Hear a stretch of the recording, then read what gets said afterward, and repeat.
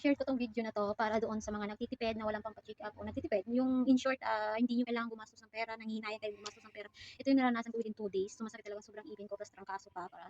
Pero yung trangkaso yung kaya ko, ang ipin lang talaga ang hindi ko kaya. 2 days siya, nag-umpisa siya ng, 10:00 ng umaga, kaya ko pa. Pero nung alauna ng hapon na siya, talagang sobrang ano na siya, sobrang sakit na iniiyak ko na kasi dalawa sa taas, dalawa sa baba, ang sabay-sabay, so bali 4 siya. So talagang umuugong na yung buong katawan ko, umuugong sa sakit.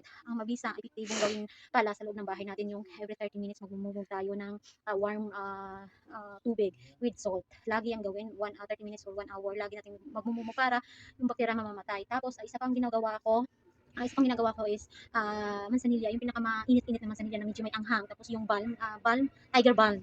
Pinagsabay ko siya. Yan, halatang sunog na sunog yung dito ko kasi talagang ang tindi ng anghang niya. Para hindi ko na maramdaman yung kirot kasi umaabot talaga siya dito sa dito sa ulo ko, lahat dito umaabot ng sakit.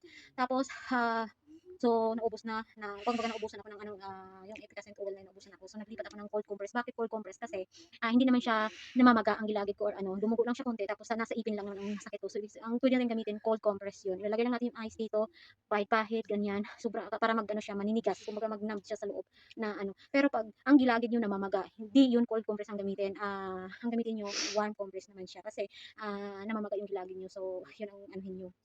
Pero pag wala naman siyang maga o dugo lang siya konti, yun mag-cold compress, ilagay lang siya dito, maibisang paraan sa loob ng bahay pag tayo ay nagtitipid o parang yung parang, anong tawag dito, parang epektibo sa loob ng bahay remedies gawin. Pero hindi ko sinasabi sa inyo huwag kayong pumunta ng ganito, ganyan, kasi nakakamatay, iyak ka ng iyak, mauubusan ka ng luha, kakaiyak sa sakit, sa sobrang sakit at hindi ka makakain, takot kang kumain. So, yun lang yung mga mabisang paraan. Ang bawang medyo walang epekto ang bawang.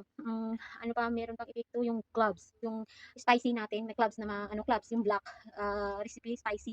Pwede siyang gawin natin ipasok doon or 4 or 4 na piraso, gano'n, sabay-sabay nguya. So nakakatulong daw. Remedies talaga 'to sa loob ng bahay na naranasan ko, ginawa ko talaga siya.